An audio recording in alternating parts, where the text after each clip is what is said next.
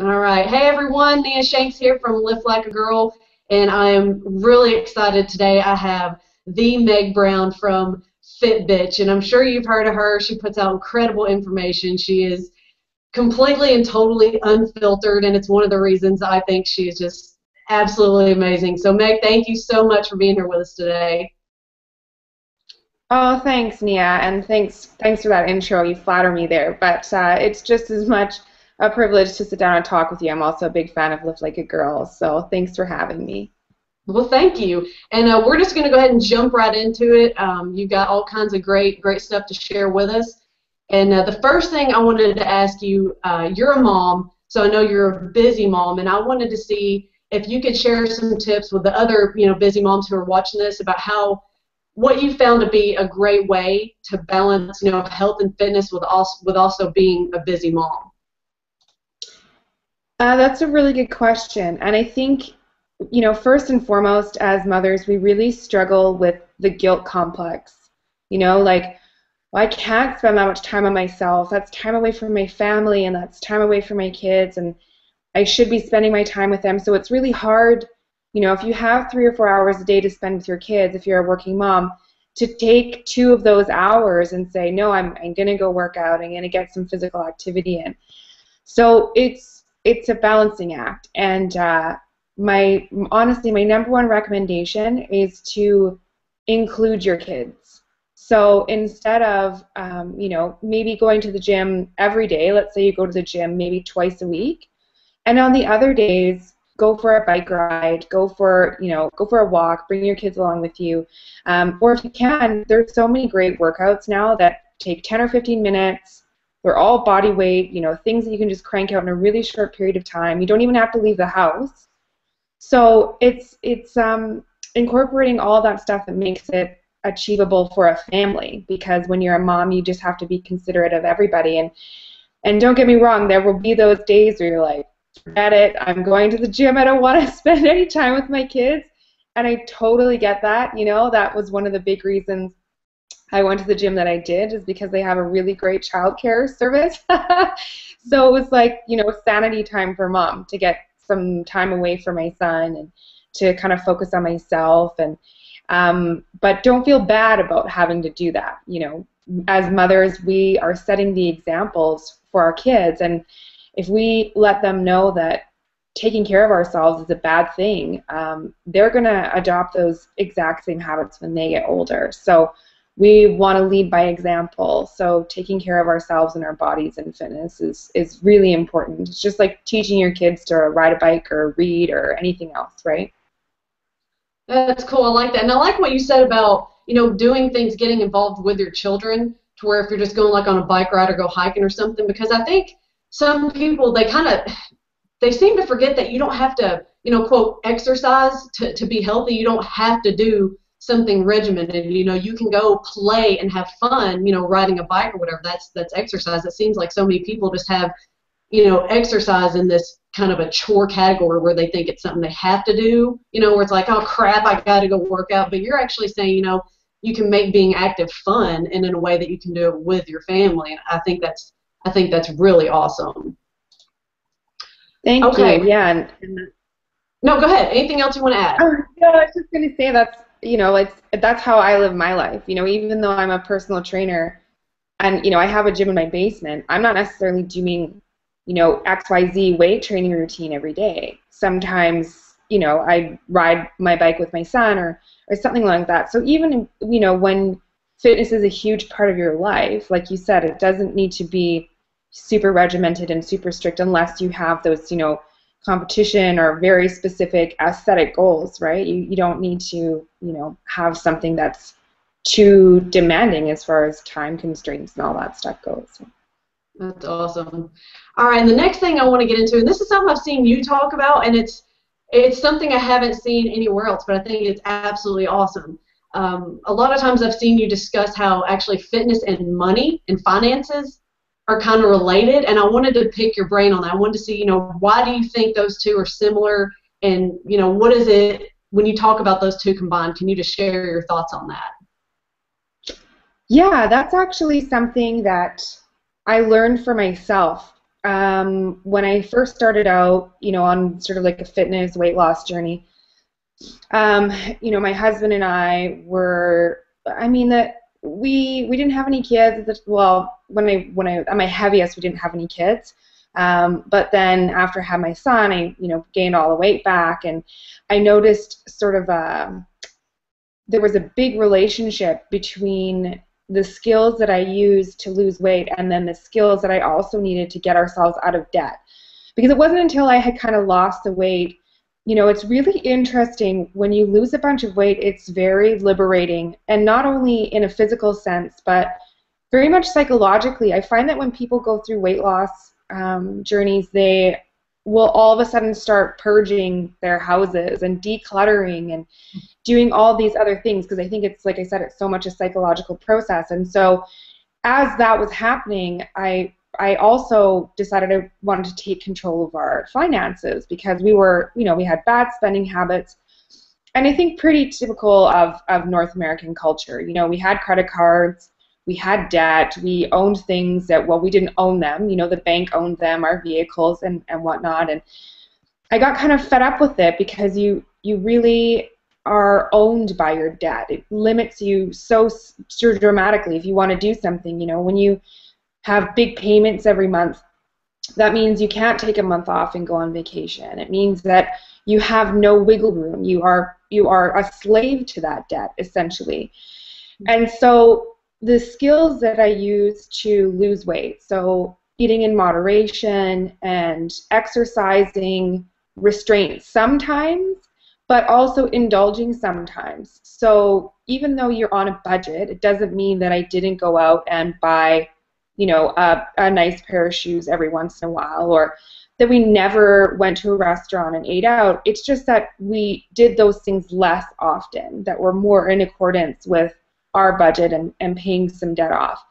And those are the exact same things that you need those are the same skills you use when you're dieting, essentially, or when you're on an eating program. And that's, you eat with balance. So sometimes you eat cake and sometimes you don't, right? It's kind of the same sort of idea. And once we sort of put those, we sort of connected the dots a little bit, my husband and I managed to pay off $70,000 worth of debt last year. And so that was a big milestone for us, and that enabled us then to buy a new home and to do these other things that we had been waiting to do for so long. So when I sort of had that revelation, I really wanted to share it with people and to say, look, if you're successful at one thing, you can take those same skills and be successful at just about anything in your life. And so I started working with some other ladies who are similar-minded and who are, really well-versed in the financial world, because I still am not. I'm not a numbers person. That's not my forte. So I started working with people that were better at that stuff, and I learned from them daily about, how to invest and, when to pay off your mortgage faster and all that sort of stuff that I have no clue about. So they started working with me on the Weight Loss Rebels website, and so we've included some financial content and some budgeting content, and we're actually doing a really big sort of study right now to see if there really is a correlation between the amount of weight people lose and the amount of debt that they'll pay off at the same time. To see if there's any sort of relationship between the two. And I think that there will be, just in what we've seen in sort of our experience so far. So it's pretty cool, because you don't think that they're related, but really it's all very related, and that's kind of the approach that we take with fitness as a whole life improvement sort of thing, and money fits right in with that. I think that's really cool. And there's two things I noticed that really stood out to me, what you just said, how, kind of like you were saying, it's whether it's, trying to lose weight or be healthier or trying to get out of debt and have your finances. It's kind of cool how you said it's both processes are kind of, one step at a time, whereas with health and fitness, you don't want to do a huge drastic overhaul all at once. And then if you want to get your finances in order, you don't, just go crazy and start trying to invest and pay off debt. It's really kind of a one-step approach that builds up. And the other thing I thought was really cool, kind of like you said, eating in moderation. And this is how that made me think of a way I actually kind of approach, you know, health and fitness and also finances is when it comes to, you know, say if I'm going to eat dessert or something, you know, something that's junk food or whatever, I kind of tell people, like, you know, if I'm going to eat something kind of junk food, I'm going to eat something I really, really, really love. You know, like for me, that's ice cream. I'm going to go to ice cream every time. But I can easily turn down other things, kind of like cake and stuff. I don't really like those so much. So to me, it's kind of, you know, I tell people, say, if you have a craving, eat something that you really want, that you really enjoy, that tastes good to you. Don't eat something that you don't really care for just because it's there. You know, it's kind of picking where you want to have those indulgences, because you don't want to deprive yourself, but at the same time, you know, eat the things that you really like. And then the same thing, like you said, that's kind of one of those little tips that actually can apply to finances too, because that's, you know, that's how we kind of approach our money. I will happily spend money on something that will really make me happy, but I don't spend money on other things that don't really do anything for me. You know, it's kind of just, you know, mindless spending or whatever. Those are the things we try to limit. I think that's really cool how you said there is that tie-in with health and fitness and finances. I really appreciate you talking about that, because that's so cool. Like I said, something you don't really think about, but it's, I mean, it's right there, and it makes perfect sense. Okay, well, let's go ahead and move on. We got a few more things. You are very anti-diet. That's, I noticed that with all of your weight loss rebel programs and information. Can you just tell us real quick what it is you don't like about, you know, the main things you don't like about diets and kind of what you think is a better approach? I think the trouble is not necessarily, you know, with the word diet itself. I mean, a diet generally just means sort of how somebody eats or the foods that routinely are incorporated. I think where people go wrong is that the word diet has this sort of temporary feel to it. Like you do it for a certain period of time and then it's over, and then you go back to the way that you were eating before. And that is, I would say, that the number one, you know, problem with people who start programs is that they see them as a temporary fix, and diets are what encompasses that to me. So when we create programs at Weight Loss Rebels, it's because I don't want people to do them for 6 weeks. You know, I want them to take those principles and to create a foundation so that they can eat that way for the rest of their lives. And so in the beginning, we do recommend, you know, people just start out really simple. So focus on, you know, one meal a week and making that better. If that's breakfast for some people, or lunch, or snacking in the evening, just one thing at a time. And, you know, wait until you've sort of got the nutrition part figured out, and then start slowly incorporating some activity, because people go crazy when they go on diets. It's like balls to the wall, 6 days a week at the gym, crazy ass 1,000 calorie diets, and they've used all of their weight loss tools in the first day. You know, they've got nothing left to draw from if you go that crazy right off, you know, right out of the gate. And so what we recommend is, you know, once people sort of start incorporating those small habits, then we introduce them like a macronutrient style plan. And it's I think it's not if it fits in your macros, because it's not just a free-for-all. You know, you can't just have Cadbury cream eggs and rice. You know what I mean? We do recommend that you try and like, there are days that maybe I would like to live off of that, but unfortunately it's not like the healthiest option, right? So we give them a list. So it's, you know, you get your macros, and we give, and the food list is extensive, because I'm not a fan of eliminating any groups or food groups or, you know, whatever. It's not low carb, it's not low fat, it's not any of that stuff. It's just balance. And then, you know, people sort of track their intake for their first couple of weeks, and because fat loss is really difficult if you don't know how much you're eating. So you can get away in the beginning without doing a lot of tracking and still lose weight. And some people lose a lot of weight without tracking, but some people need to get, you know, to hone in on that a little, on a little more intimate level, and figure out exactly how much food they're eating, and that's where the changes come from. And so that's sort of further on down the program. And so I know some people would look at that and be like, well, Meg, that's a diet. You're talking about a diet. And I, you know, I guess you could. Our programs, I guess, could maybe fall into that category. But again, it's something that you can do for the rest of your life. And I think that that's I think that's where the differentiating factor really comes from, is that it's maintainable. And oh, can you hear me?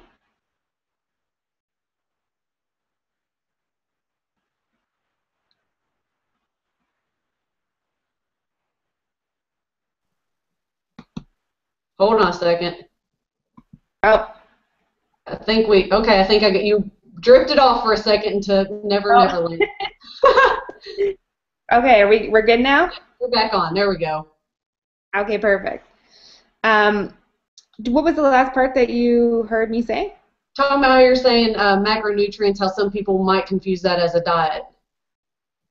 Yeah, and I can see that. Everyone says that, well, it's still, you could consider it a diet, and I think the difference between that and a diet is that we're really just reconnecting people with food again, and eating in a proportionate, balanced, I would say like a more normal relationship with food. And so we do recommend tracking, because once you eat, for a week or so on a particular, sort of macronutrient percentage, you start to see your meals differently, and you understand that, okay, I should maybe be eating some protein with every meal, or when I fill up my plate, it should look kind of like this. And so it establishes that foundation so that you don't have to track forever. That's sort of the idea.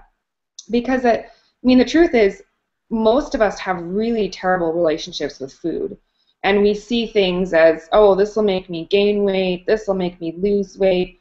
We are really sort of disconnected from it. And so I think, reintroducing something that's not just about calories. Obviously calories are very important with the fat loss plan, but also digging into that a little bit deeper with macronutrients and getting people to eat in a way that is satisfying, nutritionally and psychologically. They can sort of start to repair that relationship with food, and then, start to make those decisions on, and it doesn't require so much planning and so much tracking. But it's like going back to school.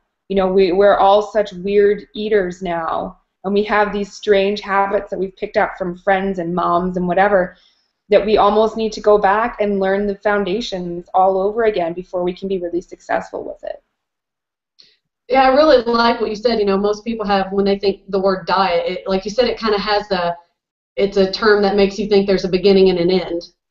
But whereas you're saying, it's really about principles and habits that you can sustain long term. And that I very much agree with you on that, because so many people, like you said, it's like, oh, I got to go on a diet, but they know that eventually they'll get off of it. But all that means is any results they attained, they're going to regain that weight back, usually then some. So I agree with you. I despise most typical diets, and I love your approach where it's about just developing sustainable habits that you can maintain long term. I think that's friggin' awesome. All right, one more thing. You posted this on your Fitbitch page, and I really love it. I think it's awesome. You said that motivation only wanes when your reasons stink, and you kind of went on to explain how, it's not necessarily the best idea to have the sole goal of looking better in a bikini, or you even said to, lose weight to make your ex-boyfriend jealous. Can you explain what you mean by having, not necessarily good motivation reasons, and what you think is a much better approach to have to where people can be successful? Yeah, sure. I think that in the beginning, grab onto whatever, gets your ass off the couch. So if the first couple of weeks all you can think of is, wearing that bikini in July and it's doing its thing, then that's okay. Start out and just cling to whatever you need to. But I think as you progress through your fitness program, that's going to seem less important, because, as far as reasons for getting fit go, that's not a super important thing. And so that's when it becomes so necessary to have goals that are maybe even not something that is near and dear to our hearts, that we can sort of go to when it gets tough, because being in a good relationship with fitness and fat loss and all that stuff can be really difficult sometimes. And so if the only thing supporting you is, oh, well, we have that Mexico trip in July and I want to look great in those pictures, that might not stand up when your reasons for quitting might be more important. If your reason for quitting is you want to spend more time with your kids, well, does that stand up to looking good in a bikini? Like, no, it absolutely doesn't at all. But going, if your reason is you want to set a great example for your kids, then all of a sudden that reason to keep going does stand up to your reason to quit, and you know, to prioritize. So maybe some people the motivating, and maybe they can use that to stay motivated, and that's great. You know, good for them. Something that's very, very important to you, and I think 9 times out of 10 purely for aesthetic reasons. You know, they pick the wrong programs because all they're getting results as fast as possible, and they don't care about the long-term negative impact of that. And of course, the programs fall apart a few weeks in, and then they're back in sort of the same cycle all over again. Yeah.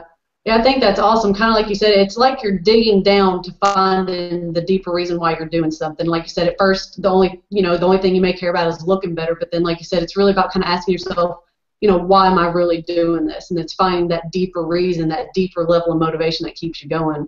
That's awesome. I think that's really important. Well, Meg, I think that has been awesome. I'm going to have you back on here later in the future because I've got so much more I want to ask you. But for now, I just want to thank you so much for joining us. And can you please tell everybody, where is the best place to find you, and also anything else you're working on right now that you want to share? Yeah, no, thanks for having me. And people can look me up as Fitbitch on Facebook. That's my Facebook page.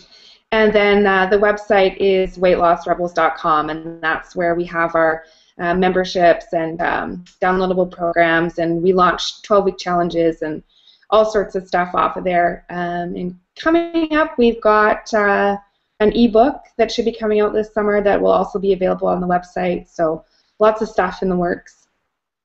Awesome. Well, thank you so much for joining us. I appreciate it, and have a wonderful day. Thanks, Nia. You too. It's so good to talk to you. Thank you.